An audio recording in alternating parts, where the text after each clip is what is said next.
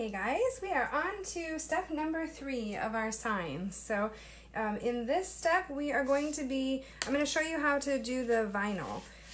I am not a Cricut fan.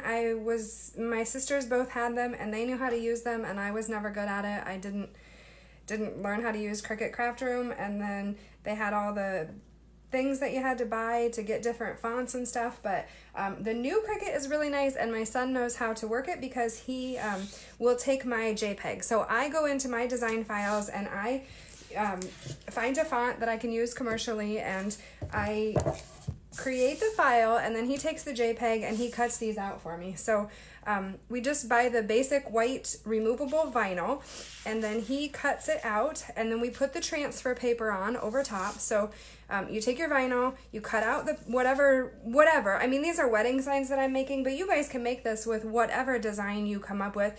You can buy designs online. If you don't have a Cricut, you can usually find somebody that's local that has a Cricut that's willing to cut them out. The chalk couture I know is really popular right now, so you can purchase different things to do this with, but I'm just showing you what we have access to and what we can do, what my son can do, because I don't do it well. But so anyway, we cut out the look of what we wanted, and then we put the transfer paper on, and then we take our little spatula thing or whatever. I'm sure there's fancy names for all this stuff, but I don't know what they are. So we just want to run over the top of it and make sure that that transfer paper is stuck down nicely, so all the little pieces will stay attached. So once we get that done, then we come back in and we're going to take the back of the vinyl off. If I can get it started.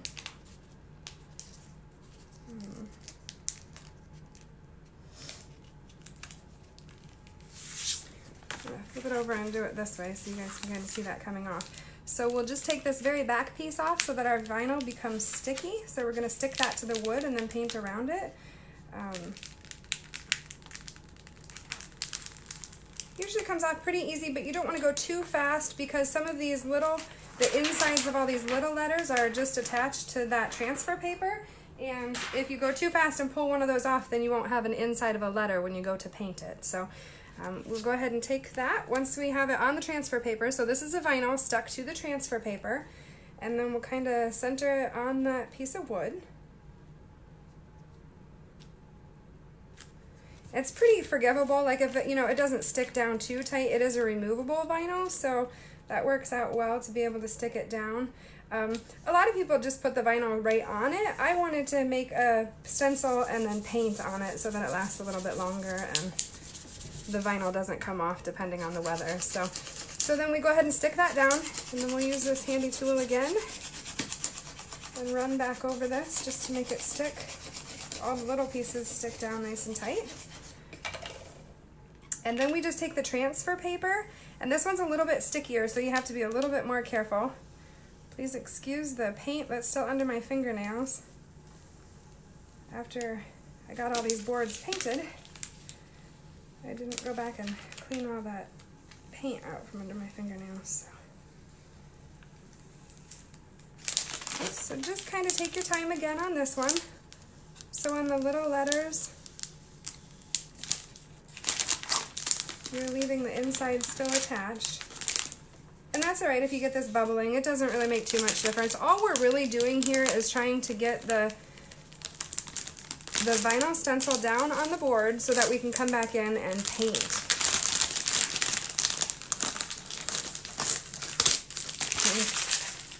On the board. So once you have your transfer paper removed, then we'll come back in again with the paper plate and the paint, and then go ahead and just your pouncy brush or the brush that they create for stencils works really well, and then just come in and paint.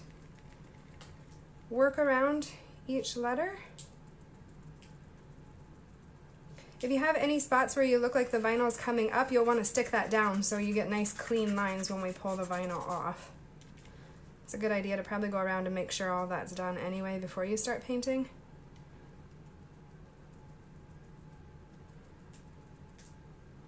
As you guys can see though, it's a really simple project. relatively inexpensive. You have the lumber cost. You can use reclaimed wood if you want to, if you've got that laying around. Or in this case, I just bought the 1x12s and cut that down. There's a little cost involved in the vinyl, but we did get that on sale, and then the transfer paper we were able to get on sale too. So it's you know, it can add up a little bit, but because I've got 14 signs here actually, and the cost on the 14 signs is about $85. So that was with the sales. Cricut stuff doesn't always go on sale really well, but a 30% off sale is not too bad. Because these signs are larger, it did require quite a bit more vinyl, and because I'm doing it as a stencil. If you were to do it just as vinyl letters on here and then put a clear coat over top of it so they hold down nice and tight, it'd be a little less expensive because you can condense your words and then just cut out each word and then place it onto the page. So you wouldn't have to use an entire piece of vinyl like this to cover the whole board, but I really like having the paint on it. I think it lasts a little bit longer. These are going to get used for a wedding, so I mean, it's only one day of use, but hopefully somebody else will be able to get some use out of them after they're done.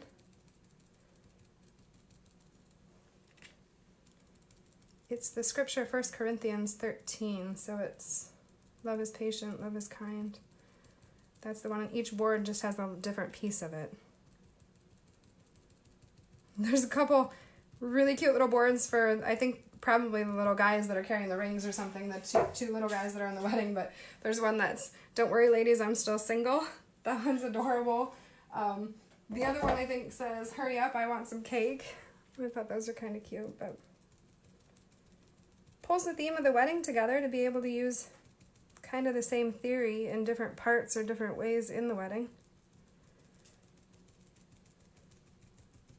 I'm thinking I'm going to design some Christmas ones, maybe with a little leaf ring and have it say joy or something in the middle. I think I'll create a couple designs. Once we get the website up and running, I am going to have designs that I create that you guys can purchase, so that if you have access to a Cricut or you know somebody that can cut stuff out for you, I'll have some different designs that will be for sale on the website. So that's going to be happening this quarter also. That's kind of exciting. I do a lot of watercolor stuff too, so I'm going to have some designs to be able to do that too. I haven't done a live yet on watercolor, but I'd like to teach you guys how to do that because it's super easy and fun. So that's all we do. We just go back in on the stencil and go ahead and just add the paint to that. And then once it dries, go ahead and let it dry fully. Just come back in and take your stencil right off.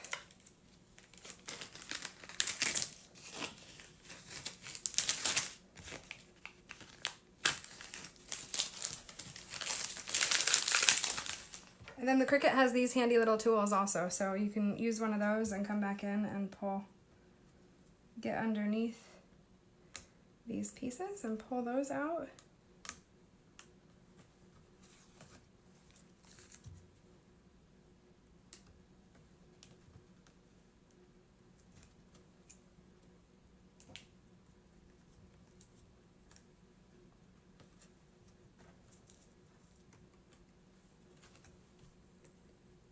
Overall, it's a pretty simple project, and it really doesn't take too long to do it. Creating the designs really was the longest part, and cutting all the stencils out, but thankfully I've got my son around for that, and he's pretty good at helping with stuff like that. So that's it, guys.